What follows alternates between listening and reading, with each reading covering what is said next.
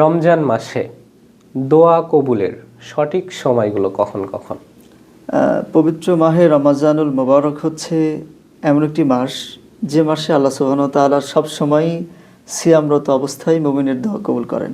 কোনো রোজাদার ব্যক্তি যদি ইফতারি সামনে নিয়ে আল্লাহ সুবহানাহু ওয়া তাআলার কাছে দোয়া করে এবং সাহায্য প্রার্থনা চায়, আল্লাহ সুবহানাহু ওয়া তাআলা তার দোয়া কবুল করেন। ইতেকাফ সম্পর্কে আমাদের দর্শকদেরকে যদি কিছু বলতেন। আল্লাহ তাআলার সন্তুষ্টি অর্জনের লক্ষ্যে রমাজানের শেষ দশকে লাইলাতুল কদর তালাশের লক্ষ্যে মসজিদে অবস্থান করা এবং নফল ইবাদত বেশি বেশি করা, বেশি বেশি কোরআন তেলাওয়াত, জিকির আজগারে নিজেকে কাটিয়ে দেওয়া। সুপ্রিয় দর্শক, আসসালামু আলাইকুম। আজকে আমাদের ঝিনেদা টিভির স্টুডিওতে এমন একজন ব্যক্তি উপস্থিত হয়েছেন যিনি রহিমা জান্নাত মহিলা মাদ্রাসার প্রতিষ্ঠাতা চেয়ারম্যান আব্দুর রহমান আল আজাদ। মিশরের একটি স্বনামধন্য শিক্ষা প্রতিষ্ঠান জামিয়া আল আজহার বিশ্ববিদ্যালয়ের কেরাত বিভাগে যিনি অধ্যয়ন করেছেন। আমরা একটু তার সাথে কথা বলবো। আসসালামু আলাইকুম। ওয়ালাইকুম আসসালাম রহমতুল্লাহ। কেমন আছেন? আলহামদুলিল্লাহ, আপনি কেমন আছেন? আলহামদুলিল্লাহ। ঝিনেদা টিভির স্টুডিওতে আপনাকে সুস্বাগতম। আলহামদুলিল্লাহ। ঝিনেদা টিভির সম্মানিত দর্শক এবং যারা প্রতিনিধিবৃন্দ আছেন সকলকে ধন্যবাদ। আমরা একটু সরাসরি প্রশ্নতে চলে যাব, যেহেতু রমজান মাস চলছে। আপনার কাছে আমি জানতে চাইবো যে রমজান মাসে দোয়া কবুলের সঠিক সময়গুলো কখন কখন? পবিত্র মাহে রমাজানুল মোবারক হচ্ছে এমন একটি মাস, যে মাসে আল্লাহ সুবহানাহু ওয়া তাআলা সবসময়ই সিয়ামরত অবস্থায় মুমিনের দোয়া কবুল করেন। শুধু তাই নয়, বিশেষ যে মুহূর্তগুলো বলা হয়েছে, রাসূলুল্লাহ সাল্লাল্লাহু আলাইহি সাল্লাম বলেছেন, কোনো রোজাদার ব্যক্তি যদি ইফতারি সামনে নিয়ে আল্লাহ সুবহানাহু ওয়া তাআলার কাছে দোয়া করে এবং সাহায্য প্রার্থনা চায়, আল্লাহ সুবহানাহু ওয়া তাআলা তার দোয়া কবুল করেন। শুধু ইফতারি সামনে নিয়েই নয়, আমরা জানি যে রমাজানের বাহিরেও আল্লাহ সুবহানাহু ওয়া তাআলার একটি কথা জনাবে মুহাম্মদ রাসূলুল্লাহ সাল্লাল্লাহু আলাইহি সাল্লাম বলেছেন যে শেষ রাতের 1/3 আল্লাহ সুবহানাহু ওয়া তাআলা প্রথম আসমানে আসেন এবং বান্দাদেরকে আহ্বান করেন যে কে আছো যে তোমরা অভাবী, আমার কাছে অভাব থেকে পানাহ চাও? কে আছো তোমরা অনেক গুনাহ করেছো, গুনাহগার, আমার কাছে গুনাহ থেকে পানাহ চাও, আমি তোমাদেরকে মাফ করব।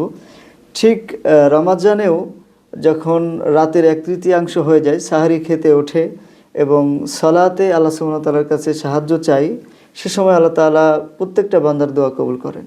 দর্শক, আপনারা শুনলেন পবিত্র রমজানে কখন দোয়া কবুলের সময়।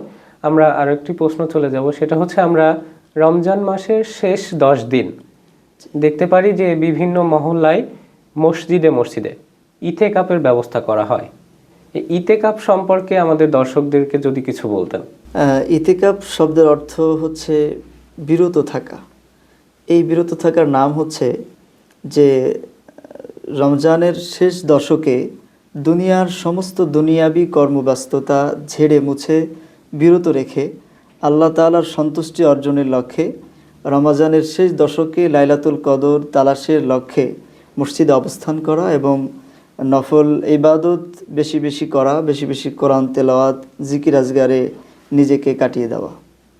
অসংখ্য ধন্যবাদ আপনাকে। আমরা আশা করি যে আমাদের দর্শক আপনার দ্বিতীয় প্রশ্নের উত্তরগুলো খুব সুন্দরভাবে বুঝবে। আমরা আরো একটি প্রশ্নে যাব। প্রশ্নটি হচ্ছে যে সাদগাতুল ফিতর আদায়ের সঠিক সময়টা কখন? সাদগাতুল ফিতর সম্পর্কে হাদিস বর্ণনা হয়েছে, রাসূল সাল্লাল্লাহু আলাইহি সাল্লাম ঈদুল ফিতরের দিনের ফজরের পর থেকে নিয়ে ঈদগাহে যাওয়ার পূর্বে উনি সাদগাতুল ফিতর আদায় করতেন। এবং আমাদের সমাজে দেখা যায় যে অনেক সময় আমরা 2-1 দিন আগে সাদগাতুল ফিতর আদায় করে থাকি। এই মর্মেও বিশেষ কিছু বর্ণনা রয়েছে। দেখা যায় হাদিসের ভিতরে সাহাবা আজমাইন রাদিয়াল্লাহু তাআলা আনহুমরাও 1 দিন 2 দিন আগে তারা সাদগাতুল ফিতর আদায় করেছেন। তবে অবশ্যই রমাজানের শেষ অংশে এসে সাদগাতুল ফিতর আদায় করতে হবে এবং সেটা ঈদুল ফিতরের সালাতে যাওয়ার পূর্বে সেটা আদায় করতে হবে। আচ্ছা দর্শক, আপনারা যেমনটা শুনছিলেন যে সাদগাতুল ফিতর আদায়ের সঠিক সময়টা হচ্ছে ঈদুল ফিতরের নামাজের আগ মুহূর্তে। আমরা আশা করি আপনারা বিষয়টা খুব সুন্দরভাবে বুঝতে পেরেছেন।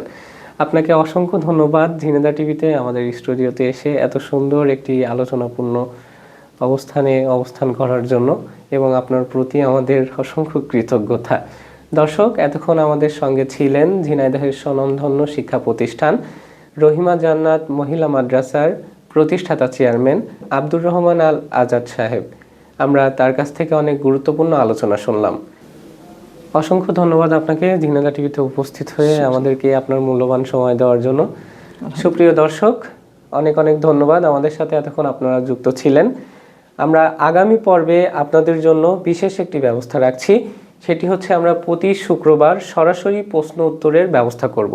আমাদের সম্মানিত অতিথি মহোদয় প্রতি শুক্রবার বিকাল 3টা থেকে 4টা পর্যন্ত আমাদের সাথে সরাসরি যুক্ত থাকবেন।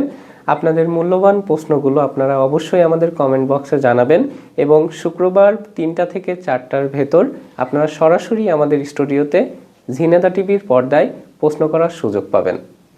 আপনাদেরকে অসংখ্য কৃতজ্ঞতা জানিয়ে আজকের মতন আমাদের অনুষ্ঠান শেষ করছি। সবাইকে আবারও মাহে রমজানের শুভেচ্ছা। আসসালামু আলাইকুম।